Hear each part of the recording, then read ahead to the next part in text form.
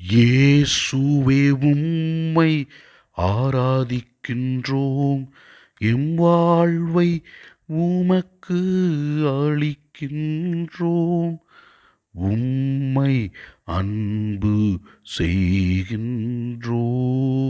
ஆண்டவரே, நீர் அபிரகாமுக்கு ஆசீர்வாதம் கொடுத்தது போல எங்களுக்கும் பல ஆசீர்வாதங்களை கொடுத்திருக்கிறீர். நாங்கள் உயிர் வாழ எங்களுக்கு உணவும் இருக்க இருப்பிடமும், எங்கள் வாழ்க்கையில் நாங்கள் எடுக்கிற எல்லா முயற்சிகளில் வெற்றியையும், நாங்கள் குடும்பத்தோடு வாழ நல்ல குடும்பத்தையும், நாங்கள் செய்கிற செயல்களுக்கு நீர் ஆசீர்வாதத்தை கொடுத்து வாழ்க்கையில் முன்னேற எங்களுக்கு உதவுகின்றீர்.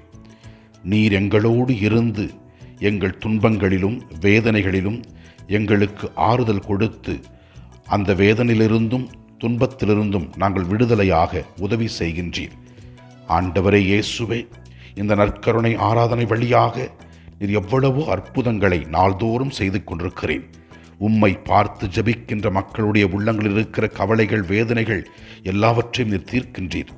நீர் செய்கிற எல்லா அற்புதங்களுக்கும் நன்றி கூறுகிறோம். உம்முடைய ஆசீர்வாதத்தோடு நாங்கள் இந்த உலகத்தில் இருந்து கொண்டிருக்கிறோம். இயேசுவே ஆண்டவரே, எங்களுக்கு நீர் செய்கிற எல்லா நன்மைகளுக்கும் நன்றி கூறி உம்மை ஆராதிக்கின்றோம். முதல் வாசகத்திலே நாம் இவ்வாறு வாசிக்கின்றோம். ஆண்டவர் அபிரகாமை நோக்கி, உன் நாட்டிலிருந்தும் உன் தந்தையின் வீட்டிலிருந்தும் நான் காண்பிக்கும் நாட்டுக்குச் செல். உன்னை நான் பெரிய இனமாக்குவேன், உனக்கு ஆசி வழங்குவேன், உன் பெயரை நான் சிறப்புறச் செய்வேன், நீயே ஆசியாக விளங்குவாய் என்று அபிரகாமுக்கு ஆண்டவர் இயேசு கிறிஸ்து ஆசியாக இந்த வார்த்தைகளை கூறினார்.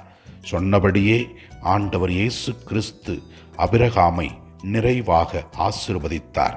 அவர் நம் அனைவருக்கும் விசுவாசத்தின் தந்தையாக இருக்கின்றார். நாமும் ஆண்டவரை பின்பற்றி வாழ்வோம்.